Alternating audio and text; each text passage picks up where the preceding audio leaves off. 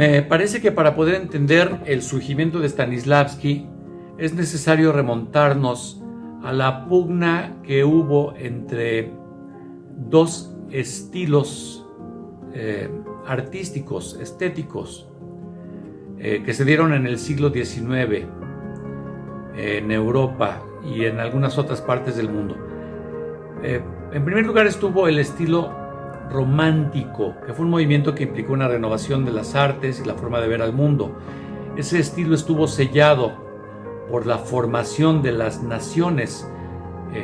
En el teatro fue muy importante la figura de un actor, ahorita lo voy a mencionar, que hizo que se revalorizara la figura de William Shakespeare.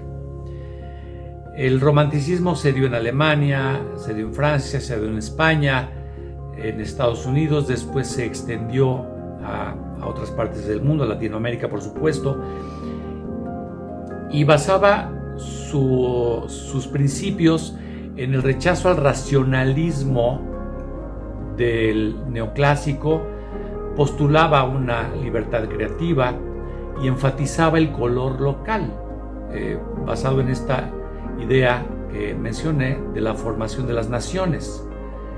Como dato curioso, fue en 1830 el estreno de una obra de Víctor Hugo, que fue muy importante para el romanticismo, creó un manifiesto, el manifiesto romántico, el estreno de su obra de teatro Hernani, que desató pasiones enconadas que llegaron a las manos en los teatros. Ha de haber sido muy interesante.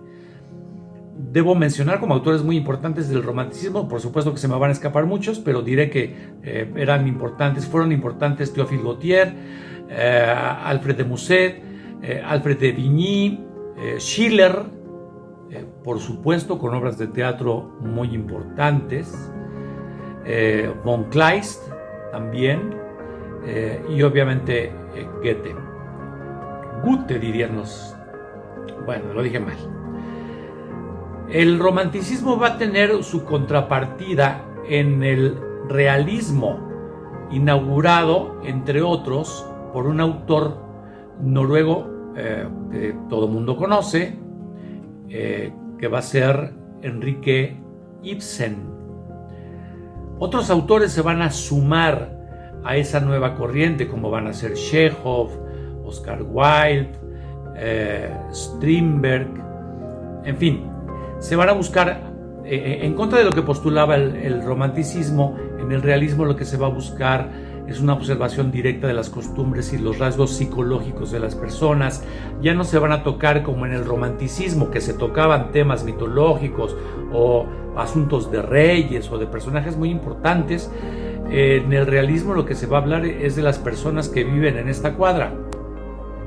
La defensa de sus ideales, los conflictos matrimoniales más comunes y el lenguaje muy ampuloso del romanticismo se va a cambiar en un lenguaje coloquial. Yo sé que a la vista de nuestra forma de escribir actualmente, todavía nos sigue pareciendo el lenguaje del realismo a veces un poco ficticio, pero en su época ocasionó una revolución. Así como se dio esta pugna entre el romanticismo y el realismo en cuestión dramática y en cuestión estilística en general de las artes, en la cuestión actoral también se dio. En el romanticismo los actores eran ampulosos, la actuación era muy exterior. Hay que recordar que los teatros en el romanticismo eran muy grandes, eran enormes foros en los que cabían muchísimas, 1000 personas o más.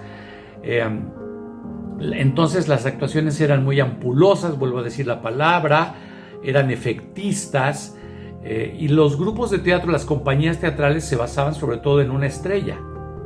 Así era como surgieron entonces grandes actores desde el siglo XVIII con David Garrick, después en Francia Sarah Bernhardt, Keane, el gran actor Keane, que hay una obra de teatro de él, de Alejandro Dumas, actores como William Macready en Inglaterra, actores como Edwin Forrest, ambos protagonizaron una bronca que luego les platico.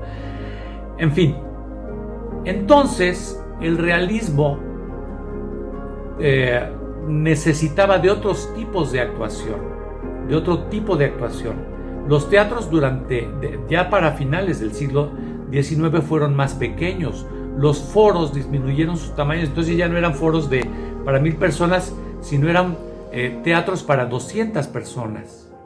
Hay que recordar que también se eliminó la luz general y entonces ya no se iluminaba la parte del auditorio, del público, del espectador, y entonces nada más quedaba iluminada la parte del escenario. Los textos además exigían otro tipo de actuación, ya no declamatoria, sino más real, más psicológica. Todos estos factores entonces se fueron